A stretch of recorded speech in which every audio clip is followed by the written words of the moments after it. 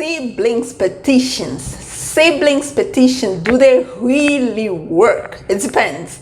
In this video, we are going again to lay out the foundation so you will know by the end of this video whether siblings petitions can help you pretty much adjust status if you're in the United States.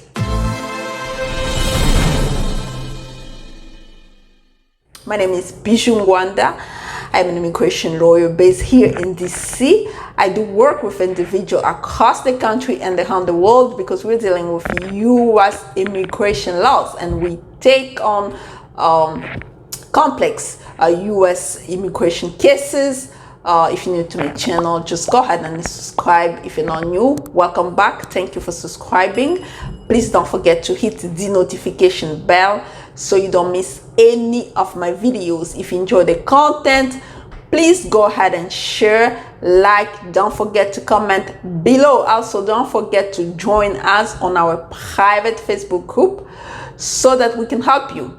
Okay, we do answer questions over there at least once a week or once every 2 weeks. You have to be a little bit patient there. Okay, let's get right into it. Siblings petition, do they really work? First of all, for the purpose of immigration, when it comes to asking for a waiver, pretty much mentioning qualifying relative for the purpose of waiver or for any other purpose, siblings are not considered as qualifying relatives. They are your relative, but not just qualified for the purpose of some type of immigration benefits. Okay, we have to clear this thing out once and for all.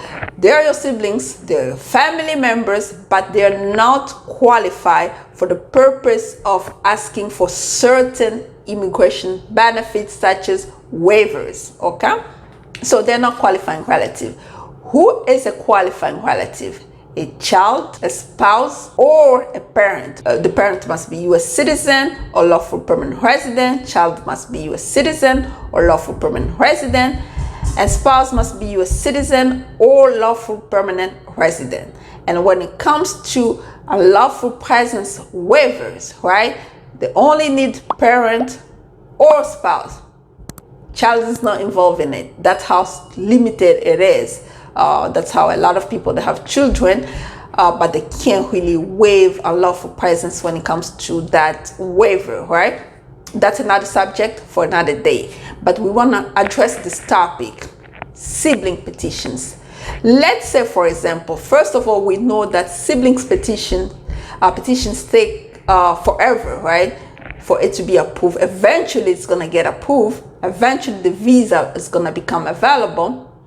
But it takes time. So should you wait for your sibling petition to be approved, or should you move in a different direction? That's the subject, right? So siblings petitions works. They work well if you are within a what they call non-immigrant lawful status. For example, let's say you came with F1 visa, right? You're a student, and your sister or your brother applied for you a long time ago, and somehow you just came with your student visa and you're studying. All of a sudden, the visa becomes available, and because you are within a lawful status, non-immigrant lawful status, sibling petition will work because now you can adjust status. Remember, adjustment of status, visa must be immediately available at the time of adjustment and at the time of approval. So if it finds that you are in lawful immigrant status such as F1 or B1 or B2 visa, you can adjust status. Okay, or any type of visa that is really valid, provided that it's not the one that prevents you from, as a matter of law, like crew member stuff like that. So that's the answer. But let's say, for example, if you are unlawful present, okay, in a non-immigrant visa status, really unlawfully present, okay, what are you gonna do once your siblings petition get approved and the visa becomes immediately available? My friend, you'll be stuck. They'll tell you you have to go outside for consular processing, but in the meantime, you have already accrued unlawful presence and you cannot waive it. So you are going to be required to get out, and once you get out, you are banned from entering either for 3 years or 10 years. It becomes like it serves no purpose, right? Because in order for you to waive that unlawful presence, you have to apply for I-601, which requires you to have either a parent or a spouse who is a lawful permanent resident or a U.S. citizen. But if you have a spouse who's a U.S. citizen, you don't need that sibling petition anymore, because that spouse can file for you, right? So that's how sibling petition really works. What can you do if you're still waiting for it? You can wait for it, but if you have your asylum case pending with USCIS, once your asylum case get approved, then you really don't need that sibling petition anymore. So the answer to that question, they work for certain individuals only.